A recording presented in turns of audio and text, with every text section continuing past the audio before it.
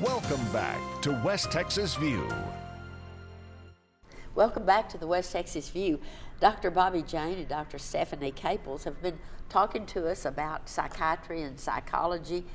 And just before the break, we were about to go into how insurance plays in, or Medicare or Medicaid. And so now let's pursue that question. Well, I think the first important thing is to seek help. I think help is available.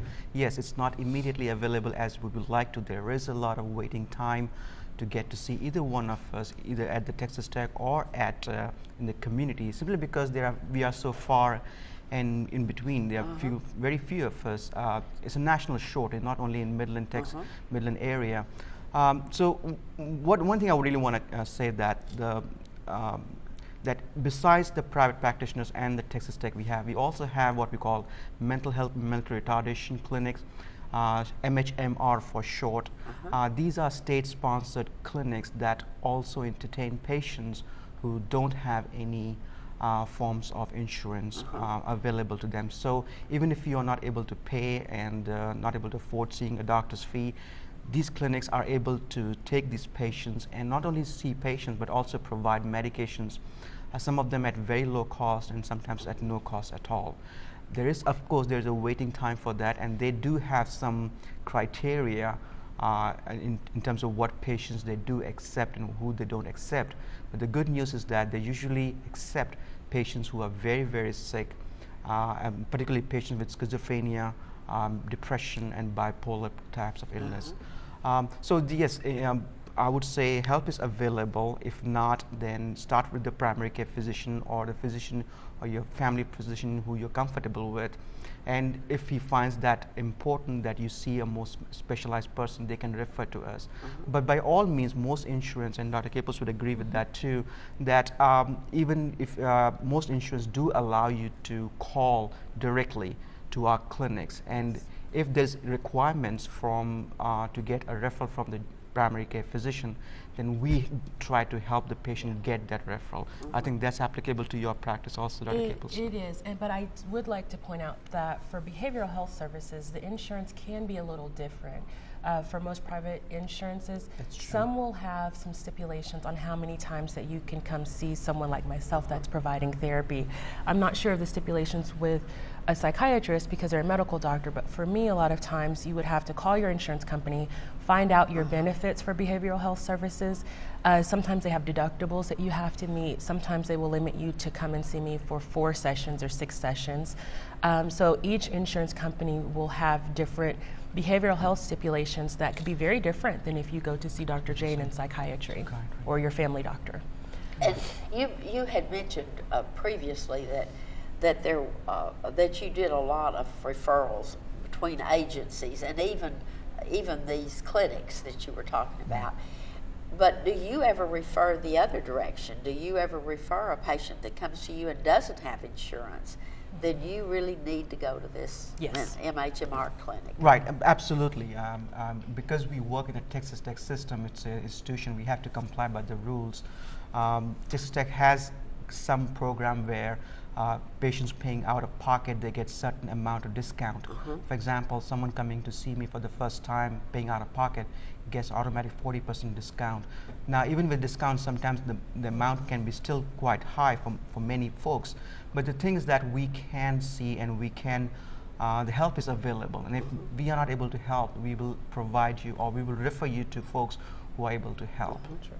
And one of the things I want us to talk a little bit about right now, before it skips my mind, is talk about the Texas Tech University Health Science Center and how you have a teaching group and then you have your practice. And so when I call you for an appointment, I'm calling a psychiatrist or a psychologist. But you also have a schedule that you work around where you go and teach classes. Teaching classes. Definitely. Yeah, I think Dr. Caples will be better positioned. She's the director of our third-year medical student clerkship. So what really means is that medical students who are in the 3rd year, in their curriculum, they're required to have clinical exposure. So they shadow physicians, clinicians like her and myself, and see patients with us. So one of the things that you see is that because we are a teaching institution, we try to maintain a very high standards of quality and maintain a quality of care, because we're not only treating patients, but we're also trying to teach our future physicians. Definitely. Well, but does this mean that we're going to have more psychologists and psychiatrists in our area available to patients because we have a teaching school here? Not necessarily. Texas Tech is a school of medicine for medical students, and there are 6 different disciplines of medicine, psychiatry being one of them. So the students, when they come through us in their 3rd year, they're actually rotating through the different areas of medicine, psychiatry, pediatrics, and so forth. So it's up to the student of what they then want to go on and do after they complete their 4 years of medical school. As of date, we have not convinced any to come into psychiatry, but what we have done is we've opened their eyes to psychiatry.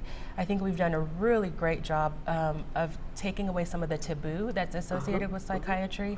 And then when they go on to the disciplines that they want to specialize, whether it be pediatrics or OB, they can look and see a patient and say, I wonder if this patient has depression. And feel real comfortable. And feel Exactly. comfortable. So yeah, even we're not providing direct training for them at this point.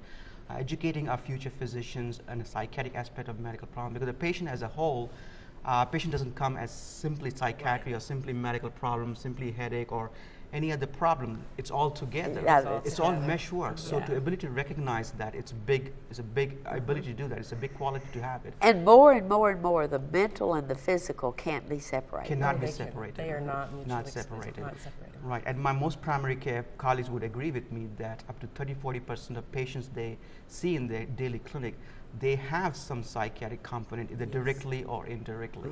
So psychiatry plays a heavy role. And in future, yes, that's the whole goal. And being a regional chair, I do have the responsibility of expanding this program also. And hopefully, in years to come now, we will have a specialized residency program in psychiatry, so we're able to train people and keep people in this area, so we are not so underserved as we are right now.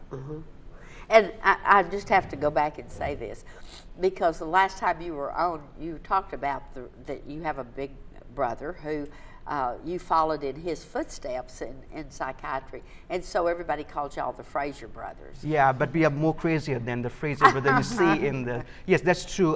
That goes in the background of why I got into psychiatry. I do agree that in my family itself, we have a history of some mental illness that started me, both of us probably, to get interested in this field. And then I followed my brother's footstep. He's also a child psychiatrist. He's 8 years older than me. He's practicing in Texas. And sometimes we share articles, we share research papers, we share our expertise and our knowledge about how to handle patients. So yes, I did have advantage personally to have someone, a role model, so to speak, to follow it. And I think that's a really important side note, is that you both went into your field with a passion. Definitely. You didn't just, oh well, there's going to be a lot of patients available. You really believed in what you were doing. We're going to take another break. We'll be back in just a minute and continue this conversation. Stay tuned. West Texas View will be right back.